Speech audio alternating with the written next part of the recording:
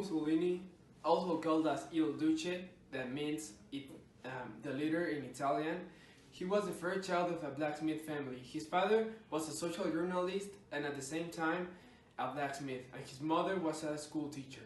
His family wasn't economically stable, and his father didn't put much attention to him.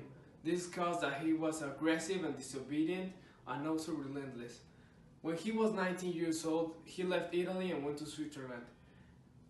He started to gain reputation because all of his abilities, and while gaining this reputation, he became a political journalist and a public speaker. He was arrested and imprisoned several times.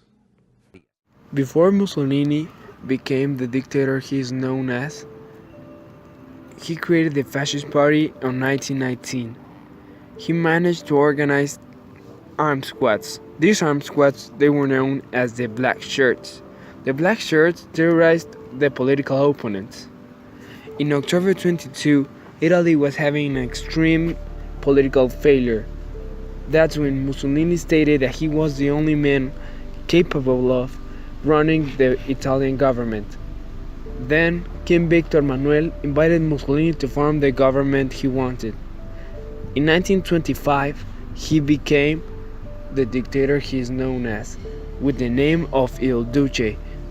As we already said, Il Duce means the leader in Italian.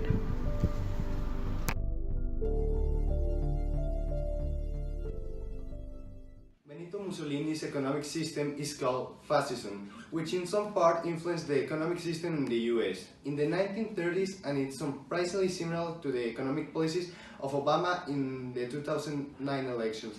The kind of government that Mussolini believed in was, in simple words, that the government should have the economic system and regulate everything that the country has. In one instance, Mussolini wrote about the fascist conception of life.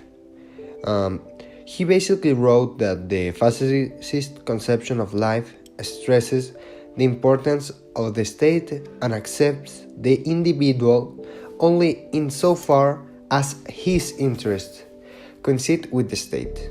It is opposed to classical liberalism or libertarianism, as it's also called for those who know it like that denied the state in the name of the individual. Fascism reasserts the right of the state. If classical liberalism spells individualism, fascism definitely spells government.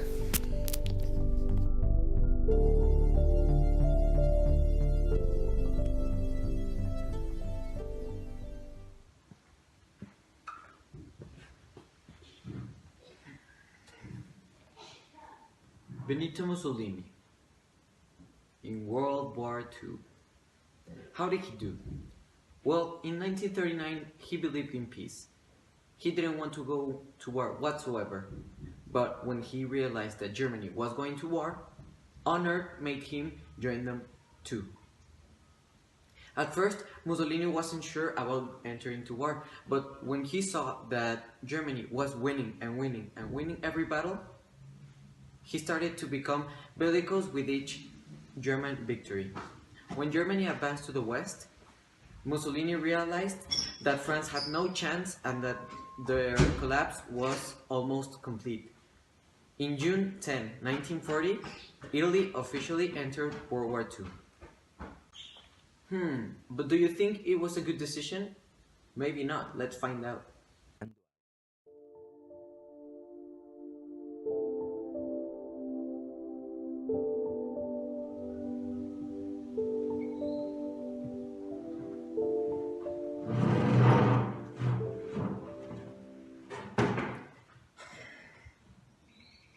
Well, right from the beginning, Italy started to realize that the war wasn't easy and quick.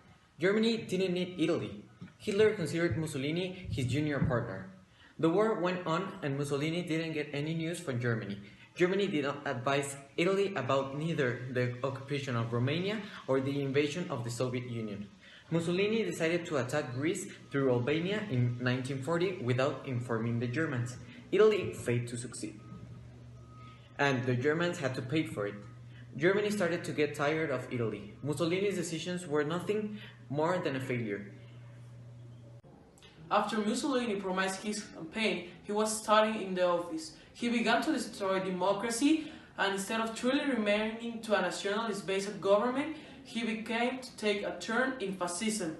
Then he punished his time in office through a new parliament. This movement was supported by the ones who still appreciate fascism. Later, in 1925, Mussolini took out the liberties of rights of freedom of speech and freedom of press, that these are two of the most important human rights. Then Mussolini took over the Ministry of War and controlled the police actions that violate human right, that says that a man cannot have all the power in a country. Then, when Mussolini saw that everything was going out of control, he disbanded these liberties to control the people.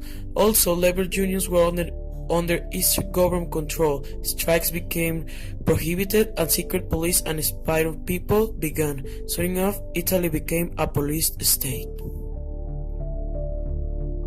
When Germany was defeated in the spring of 1945, Mussolini didn't have a clear pattern to follow, so he retired his defense and get refugee in Sweden. Suddenly he returned to Milan, where he had a meeting with a cardinal. Then he escaped, sending his family to refugee, and he, Clara Petacci, and his brother went to a German convoy like if they were German soldiers. Suddenly they were captured, and Mussolini was sent to Milan, where he was killed. One of the positive aftermaths that Mussolini had was that he reclaimed land for Italy, like the Pontine Marsh, which was drained and reclaimed from Rome. With this land he created more railroads, sports, stadiums, schools, and bridges. This was thought to be a solution for unemployment.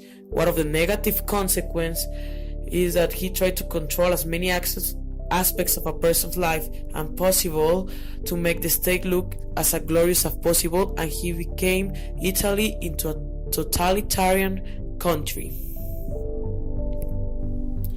In conclusion, Mussolini made many mistakes, like taking a lot of human rights and entered to the war, but he too made some good things, like the things we already mentioned. So Mussolini had more bad things than good ones, but he also made good things, like the getting more jobs or asking for the territory. But he too was very sanguinary, going to war with Germany, against Russia, Great Britain, and France.